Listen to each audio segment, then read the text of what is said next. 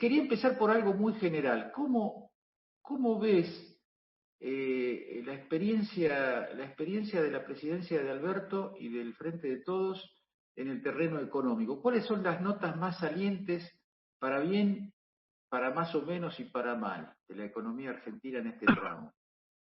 A mí me parece que el mayor acierto ha sido la renegociación de la deuda, que es histórica, que ha pasado con poca trascendencia mediática, porque me parece que el dispositivo mediático hoy tiene una ferocidad fenomenal, me refiero al mediático hegemónico, ¿no? Que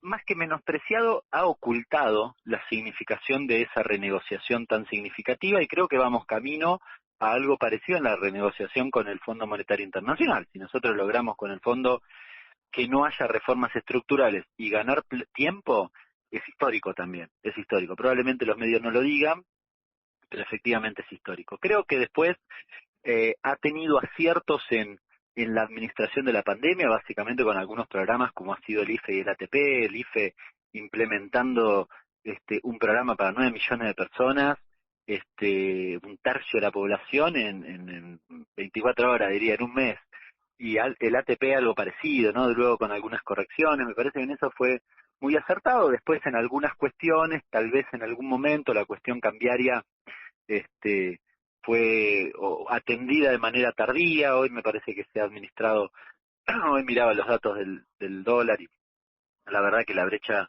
se ha cortado muchísimo, pero bueno, en algún momento me parece que en ese sentido ha tenido un comportamiento tardío, pero en términos generales me parece que ha sido una buena administración de un momento tremendamente duro, diría tal vez el peor momento de la historia argentina en materia económica.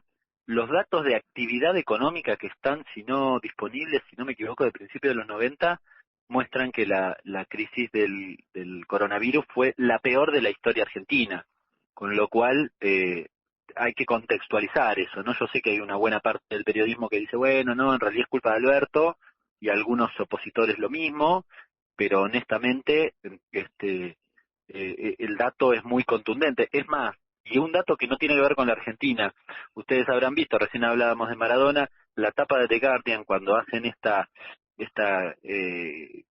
este dibujo tan bonito donde el Diego se gambetea a todos, a la reina, ¿no? Absolutamente a Churchill, etcétera. Eso está arriba de un título, que es el título principal de la tapa de The Guardian, que dice la peor caída de la actividad económica en los últimos 300 años. Bueno, algún sector acá de los referentes económicos de la Argentina solo miran la parte de arriba y no leyeron ni siquiera ese titular para poder decir que el problema es de Alberto, ¿no? Digamos, es evidente. Hernán, te quería llevar en una dirección, a ver si vos tenés ganas. Sí.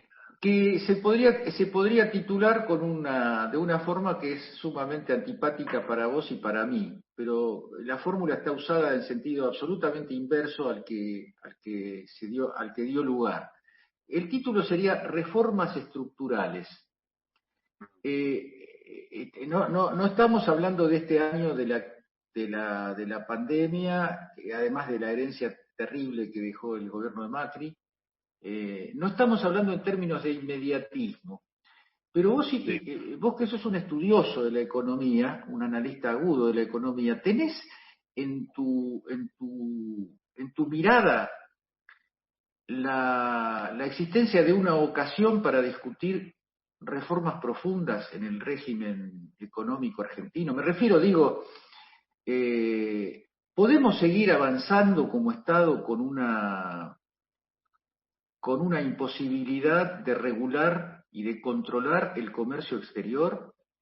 Por ejemplo, ¿no? Después vos si tenés ganas de meterte en esto, utilizá el ejemplo que te sea más cómodo.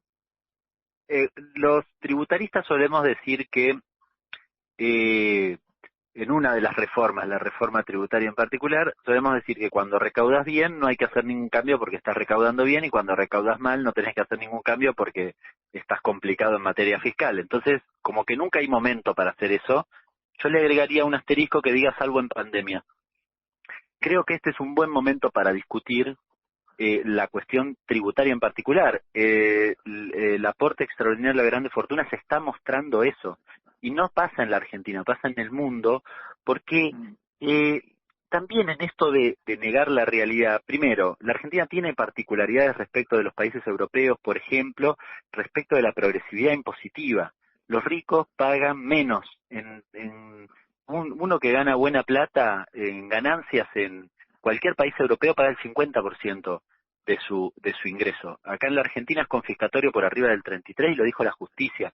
Esto es una locura, es un despropósito absoluto, porque vos tenés que hacer recaer el peso impositivo de manera progresiva entre aquellos que más tienen y los que menos tienen. Acá la presión fiscal, que dicen que es altísima y que es falso, porque en términos de datos de OCDE está en el promedio de toda Latinoamérica, un poco por debajo de la presión fiscal de Europa, pero además la presión fiscal es más fuerte en un desocupado que en un rico. Esto es lo que no tiene sentido. Con lo cual, evidentemente hay que hacer una reforma. Y yo creo que si hay algo bueno de la pandemia es que en alguna medida ha permitido discutir la riqueza. Nosotros estamos haciendo un trabajo con CEPA sobre el tema de riqueza y sabes que no hay estudios sobre el tema de la riqueza, todos son sobre pobreza. No hay estudios sobre la riqueza, no hay datos sobre la riqueza. Claro, Nadie discute claro. eso, ¿no? Entonces, no, ¿para qué vamos a discutirlo? Bueno, el tema es que es funcional a los intereses de ese segmento. Me parece que hay que modificarlo. Me parece que nosotros tenemos que ir a un esquema claramente progresivo. Acá Macri quiso eliminar el impuesto patrimonial más progresivo, el impuesto progresivo por excelencia, que es el impuesto a los bienes personales, lo quiso A los bienes eliminar. personales. Sí, lo redujo a la mitad. Y yo, si vos me corres un cachito, yo te propongo que nosotros acá en la Argentina tengamos un impuesto a la herencia. Así también saldamos la Exacto, cuestión te iba a de preguntar eso. esta discusión que tiene, viste, de la meritocracia. Bueno, pongamos el impuesto a la herencia y agotamos esa discusión. Y vamos a ver qué pasa. En Francia, te voy a dar un dato que te va a sorprender.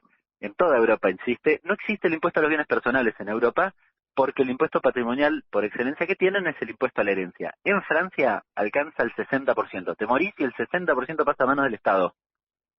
Acá algunos se agarra un paro cardiorrespiratorio si llega a pasar eso. Pero bueno, si es meritocracia, Sí, hagámoslo, ¿no? No me parece tan terrible. en los países objetos de colonización está ese gran problema. ¿Vos te acordás lo que pasó con Correa en Ecuador cuando quiso poner el impuesto a la herencia? Algo insólito, la gente que no tenía herencia, que no soñaba con tener ninguna Se herencia, opuso. salió a la calle para protestar. Bueno, exactamente. A mí me parece que ese debate hay que darlo. No digo que sea sencillo, pero es un debate que hay que dar. Y está bien el ejemplo que vos pones porque una de las cosas que también se vio en el aporte extraordinario a las grandes fortunas es a sectores medios, a trabajadores, oponiéndose como si fuera que los afectaba o si en algún momento los podía llegar a afectar. Yo digo, si yo tengo más de 300 millones de pesos, pago sin problema. ¿Cuál es mi problema si tengo esa plata? Digo, no entiendo por qué esa resistencia eh, y ese emparentamiento entre sectores medios, que fue parte también de la estrategia comunicacional de algunos sectores. Yo, por ejemplo, he ido a algunos canales que... Afecta las inversiones, dijeron. Va a afectar No, pero negativamente las inversiones. Yo cuando escucho esas cosas me agarra un ataque de ira que no te podés imaginar. además es una locura porque cuando uno habla con algunos de los que han invertido o han administrado la guita de los poderosos de la Argentina, te cuentan una cosa, que uno la puede certificar o aproximar con datos, aunque es difícil, pero te cuentan una cosa, el empresario argentino grande, y grande y semigrande, digamos, tiene una característica bastante rara. Descapitaliza su empresa para capitalizarse él en otro tipo de patrimonio. Esto es bastante raro, porque vos se supone eh, digamos, lo que te da tu fuente de ingresos es tu empresa. No tiene sentido que saques dinero de eso para ponerle un patrimonio personal tuyo, aunque vos seas dueño de la Para no empresa, ¿no? Digo, sigue reproducirlo, siendo... para sacar capital para Claro, no reproducirlo de modo ampliado, ¿no? Sería. exacto. Pero además, y volviendo a lo que vos mencionabas, yo no conozco ningún empresario que agarre que haga el proceso inverso, agarre de su patrimonio y lo ponga para una inversión. Invierten con el excedente de la empresa y con financiamiento, con lo cual no afecta a las inversiones. Pero además han hecho esto, ¿no? Digo, afecta a la clase media. ¿Cuál era el discurso? El discurso es que la Argentina es un festival de impuestos. Entonces, cuando vos decís eso, rotulás eso, y te da la impresión que el aporte extraordinario es más de eso. Entonces, también te afecta a vos, ¿no? Fíjate cómo, en términos comunicacionales, lograron asociar una cosa que no tiene nada que ver con vos, porque además yo reflexionaba.